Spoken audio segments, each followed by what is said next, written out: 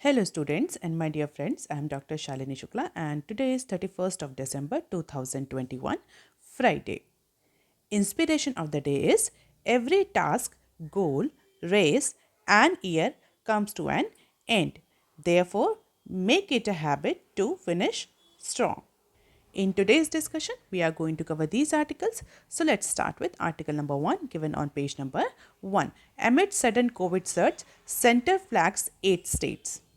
India's R naught value has reached to the point of 1.2% as per the union government.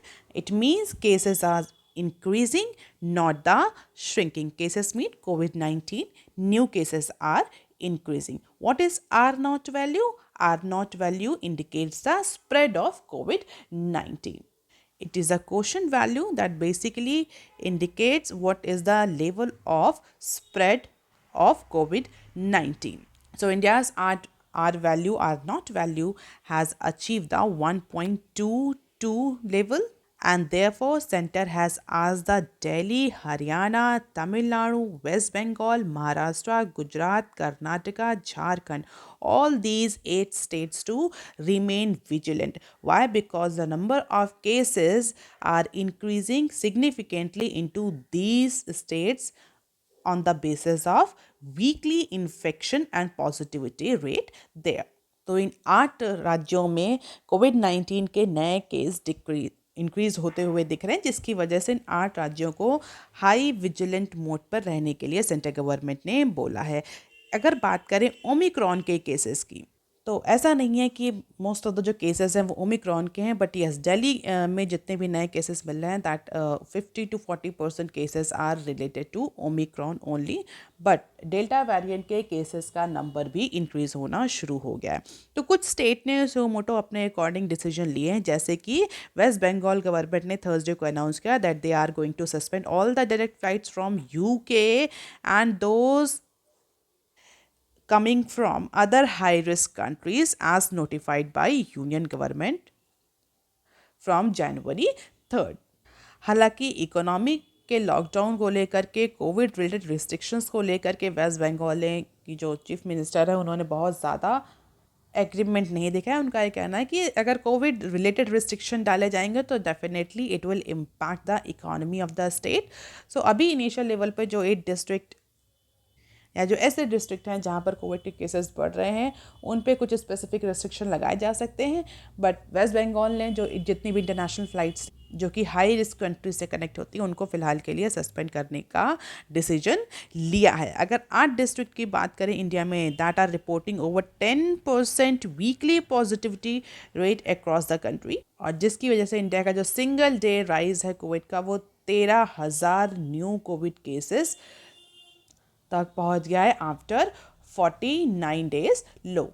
और अगर immunity की बात करी जाए तो कई सारे एक्सपर्ट का कहना है कि 9 मंथ तक इम्यूनिटी वैनिश हो जा रही है, या जो एंटीबॉडीज़ डेवलप हुए हैं maybe because of natural infection, may be because of vaccination, वो केवल 9 मंथ तक ही ह्यूमन बॉडी में सस्टेन कर रहा है.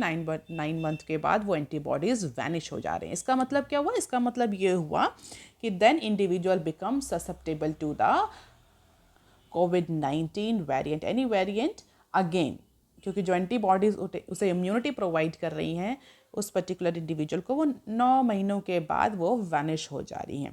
तो definitely there is a need for additional or booster dose, जिसके लिए गवर्नमेंट ने अनाउंस भी कर दिया है कि जो फ्रंट लाइन वर्कर हैं, को मॉर्बिड जो एल्डरली हैं, जेरियाट्रिक पीपल हैं, they are getting preferences for their additional or booster dose. और अगर उनके लास्ट डोज के बाद से एक स्टिपुलेटेड टाइम अगर उनका निकल चुका है then they can take the booster और additional dose, they are eligible for it. So अगर 9 महीने का टाइम कंप्लीट हो गया है सेकेंड डोज के बाद से, तो comorbid senior citizen, front line workers, health care workers, they are eligible for third COVID shot as I discuss. And this is the status of COVID-19 cases in India. Approximately 8,000 average daily new case आ रहे हैं India में since last week, जो कि पहले कम थे. हालांकि positivity rate की अगर बात करी जाए तो पॉजिटिविटी रेट बहुत ज़्यादा नहीं है, स्टिल 0.92%. केरला और Maharashtra with more than 1000 active cases. और 8 डिस्ट्रिक्ट इंडिया के ऐसे हैं जो कि इंडिया का 10% वीकली पॉजिटिविटी रेट रिपोर्ट कर रहे हैं। तो 10 या 8 डिस्ट्रिक्ट ऐसे हैं जहाँ पर बहुत ज़्यादा नंबर्स में कोविड के केसेस बढ़ रहे हैं विद हाई पॉजिटिविटी रेट।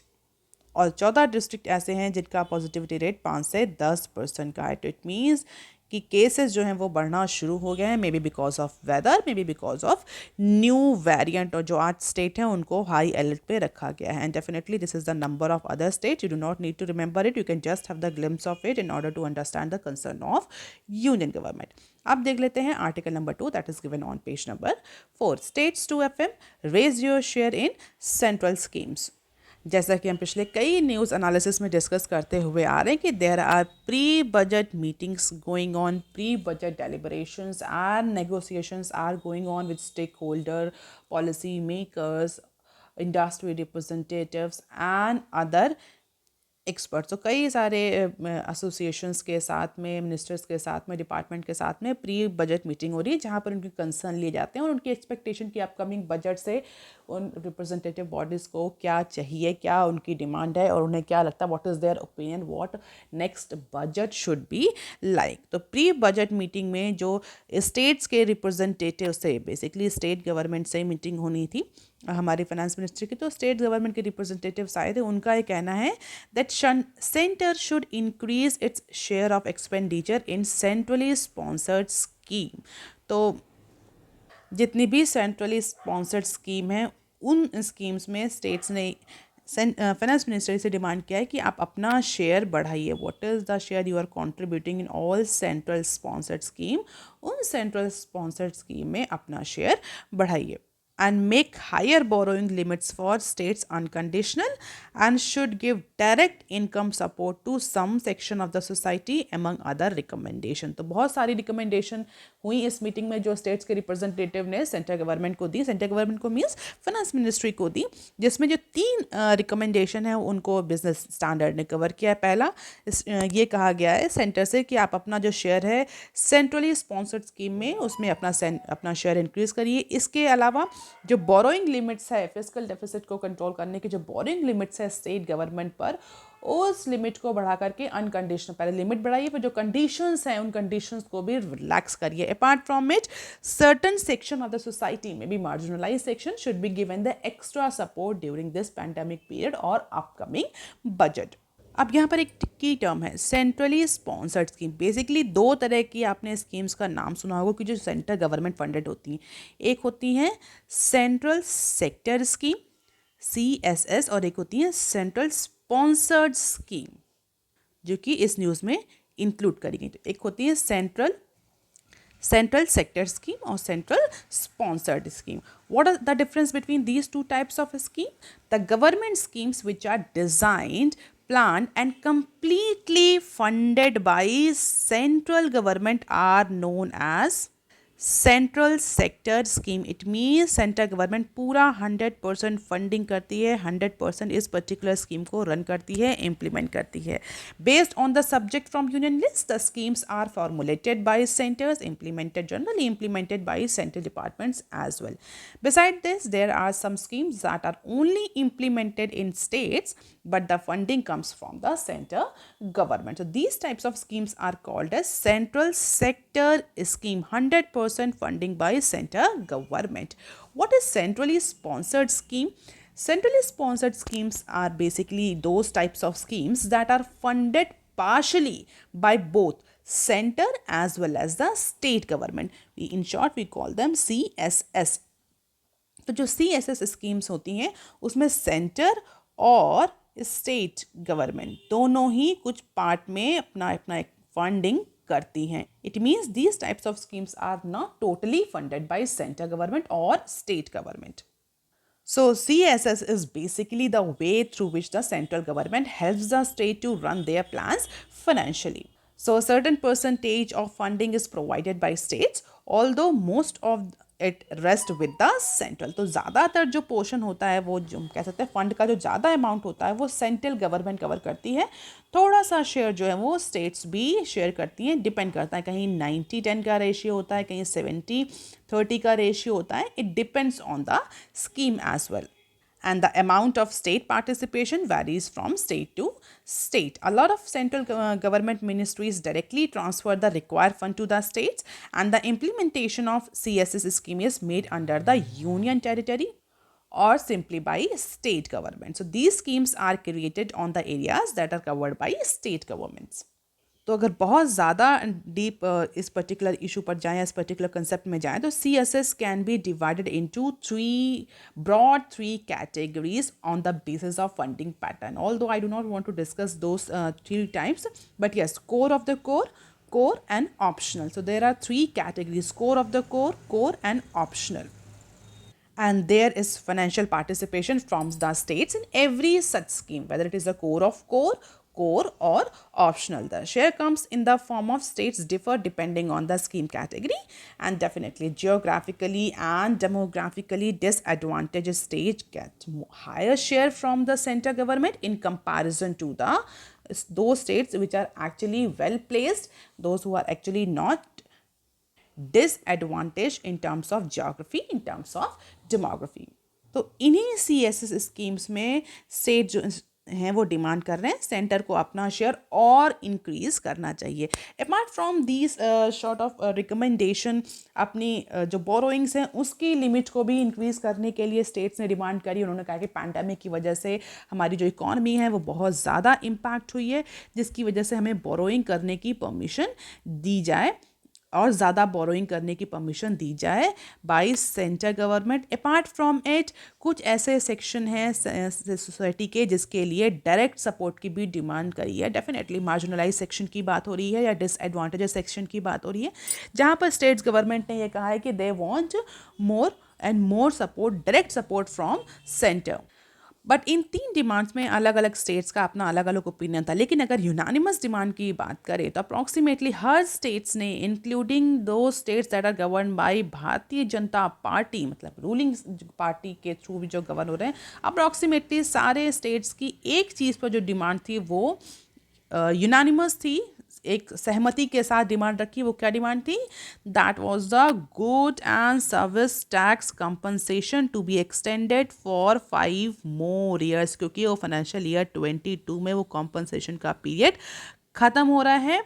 इसको लेकर के अप्रॉक्सीमेटली सारे स्टेट्स में यूनानिमस डिमांड थी कि जो कॉम्पनसेशन का जो क्लॉज है जीएसटी के तहत उसको और 5 साल तक एक्सटेंड कर दिया जाए. स्टेट्स का एक लॉजिक है जो रैशनल वो दे रहे हैं कि पैंडेमिक 3 साल तो पैंडेमिक, 2 से 3 साल तो पैंडेमिक में ही चले गए, जिसकी वजह जो से स्टेट्स को जीएसटी नए टैक्सेशन की वजह से लॉस हुआ. पैंडेमिक की वजह से स्टेट्स का कहना है कि they were not able to implement the new tax regime efficiently, और जब तक उसके एडवांटेजेस वो रीप करते उससे पहले ही पैंडेमिक आ गया और जिसकी वजह से जीएसटी कलेक्शन स्टेट्स का फॉल हुआ. So it is a moral responsibility and it is very logical as well as rational from the point of view of the state government that center should increase the compensation period for more 5 years till 2027.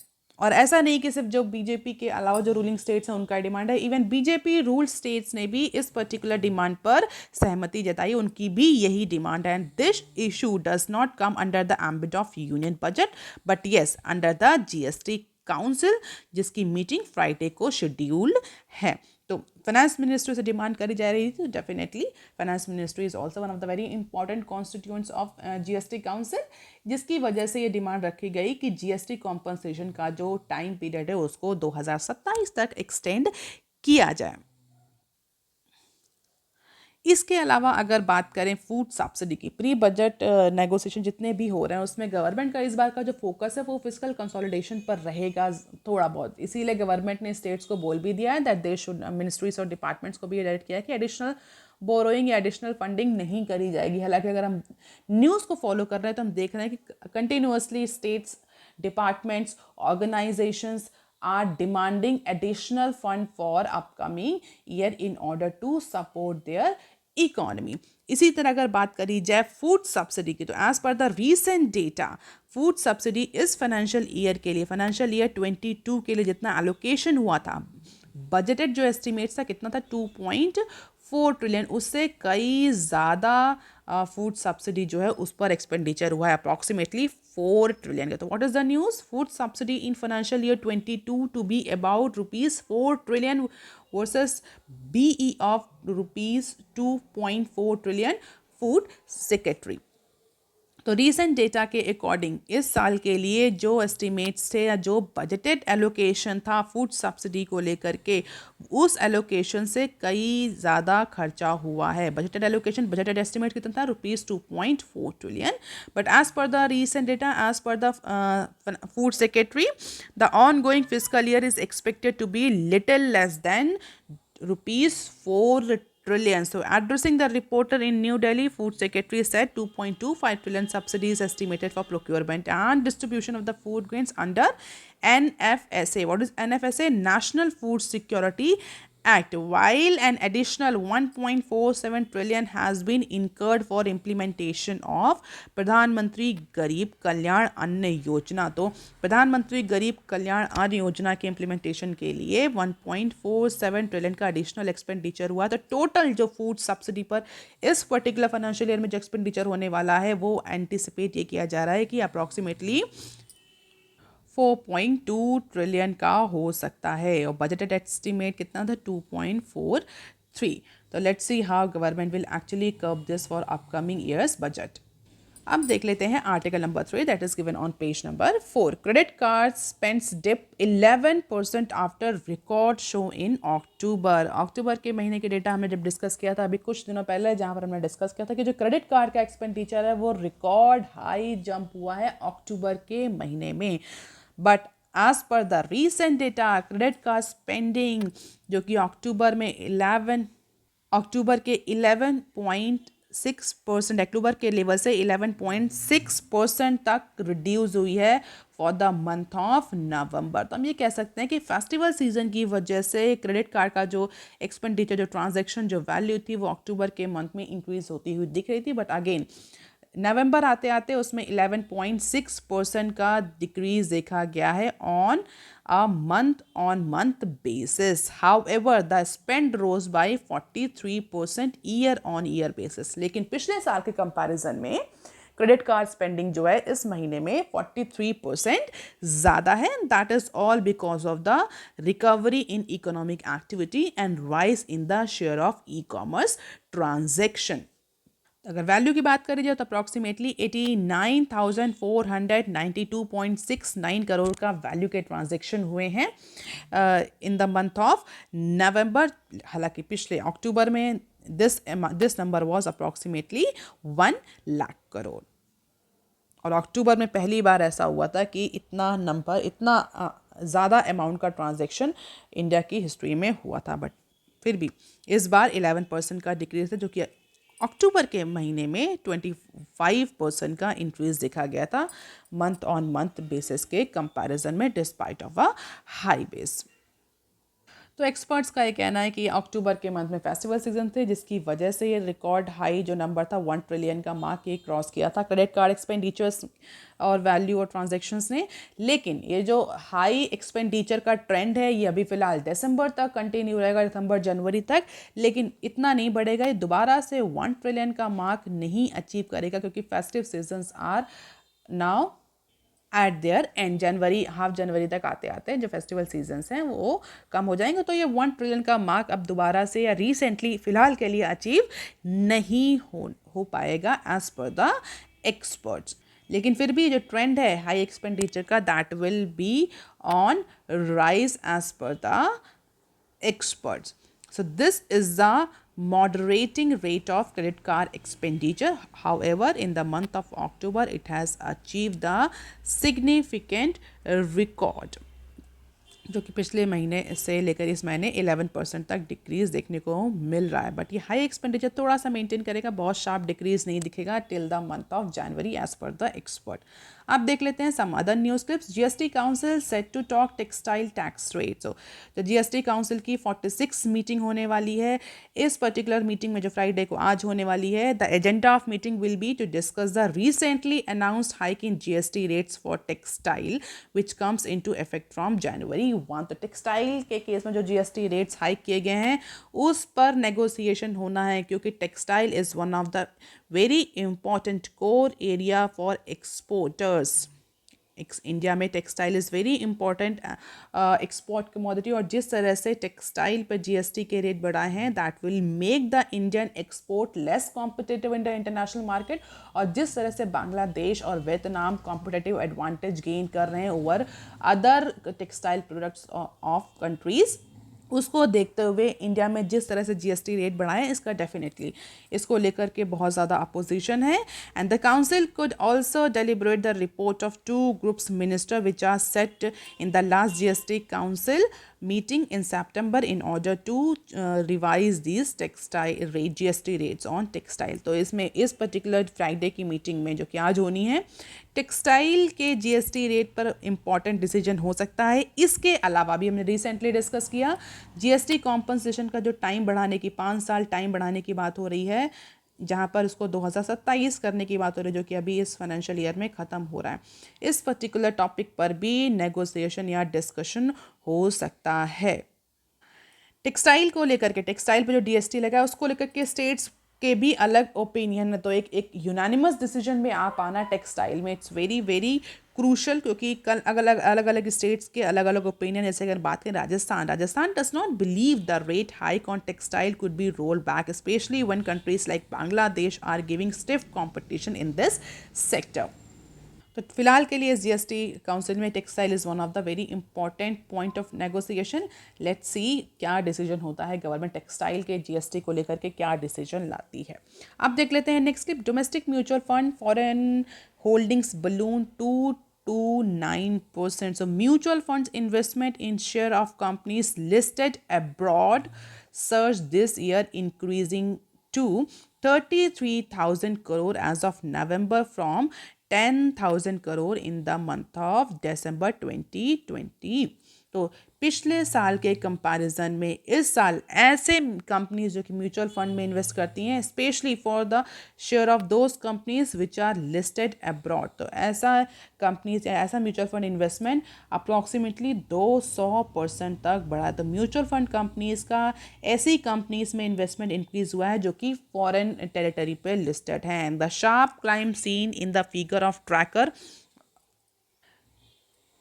Prime EMF database comes despite a ceiling on mutual fund investment in foreign companies. तो mutual fund companies के foreign companies के investment या exposure को लेकर के restrictions हैं, ceiling है, इसके बावजूद भी ये इंक्रीज देखने को मिला, जो कि फिलहाल 2008 से स्टेबल था.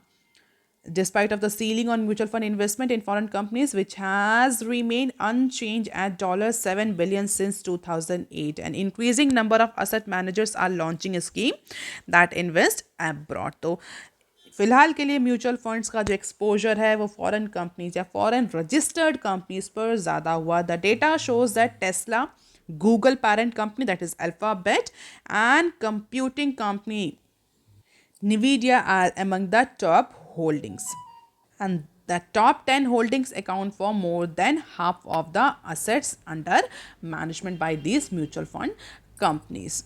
तो अगर बात करें most of the favourite companies कौन से रही, तो these are the top 10 companies: Alphabet, Microsoft, Amazon, Netflix, Nvidia, Meta platforms, Apple, Cognizant, Vodafone and Tesla. तो म्यूचुअल फंड कंपनीज हैं, इन कंपनीज के शेयर्स को प्रेफर के टॉप 10 कंपनीज हैं, जिसकी वजह से, और ये हाफ कॉन्स्टिट्यूट करती 50% एक्सपोजर केवल यही 10 कंपनी कॉन्स्टिट्यूट करती हैं. तो 200% का होल्डिंग्स इंक्रीज हुई है by mutual fund companies into the share of companies that are listed abroad in spite of the ceiling. अब देख लेते हैं next clip. tech startups to continue IPO rush in 2022. Year 21 belongs to India's technology startup. अगर हम बात करें IPOs की तो हमने कई बार डिस्कस किया है कि 2021 में इंडिया ने बहुत ज़्यादा IPO रजिस्टर्ड किए और अच्छा अमाउंट का फंड रेज किया कंपनीज ने, और जो मोस्ट ऑफ द कंपनीज जिन्होंने IPO लाए that was the tech startups, specially fintech and education technology की company. See, and that's not just because they raise more than $36 billion from the private market और 43 of them become the unicorn. और जैसा कि हम discuss कर चुके कि India is on third position in terms of unicorns. तो most of the tech companies ने इस बार इंडिया में IPO रेज किया. अगर बात करी जाए कंपनीज का फाइनेंशियल परफॉर्मेंस देखा जाए तो most of them either loss making और just about in the black hit the bosses this year. So these companies accounted for more than $6 billion of the estimated, that is $24 billion raised by IPO in India this year. It means financial year 20, calendar year 21 में 24 billion का approximately fund raise किया गया IPO के through, जिसमें से केवल 6 billion अगर देखा जाए 6 बिलियन केवल और केवल इन्हीं स्टार्टअप्स टेक स्टार्टअप से बिलोंग करता है. मतलब टेक स्टार्टअप से अप्रॉक्सीमेटली 6 बिलियन डॉलर का फंड रेज किया है through IPOs. And this IPO rush for startups is all set to continue in financial year 22 as well, as per the recent industry watchers. Take entrepreneur, ये जो trend है tech startups का IPO के through fund raise करने का, ये calendar year 22 या year 22 में भी कंटिन्यू रहेगा. इन spite of being loss making, the company will go for raising the fund. While logistic farm delivery, online pharmacy, Farm Easy, e-commerce companies, Snapdeal, hotel aggregators, OYO, and host of the others have already filed their IPO red herring prospects. So unicorns like Ola, Capillary of business are expected to join the party next year. So ये बड़े बड़े नाम हैं जो कि आपने सुने होंगे डे टू डे में. इन सारी कंपनी भी सेट हैं इस पर्टिकुलर फाइनेंशियल ईयर में IPO लाने के लिए. तो ये ट्रेंड आगे कंटिन्यू रहने वाला है. Calendar in 22 top billing OYO, Delivery, Farm Easy, Byju's, Vroom, MobiWik, all these are set for issuing the IPO. So that is all for today, students. If you want lecture PDF, you can join my Telegram channel. You can also follow me on other social media platforms. If you have any query and suggestion, you can write on comment section below. Please like, share and subscribe. Thank you.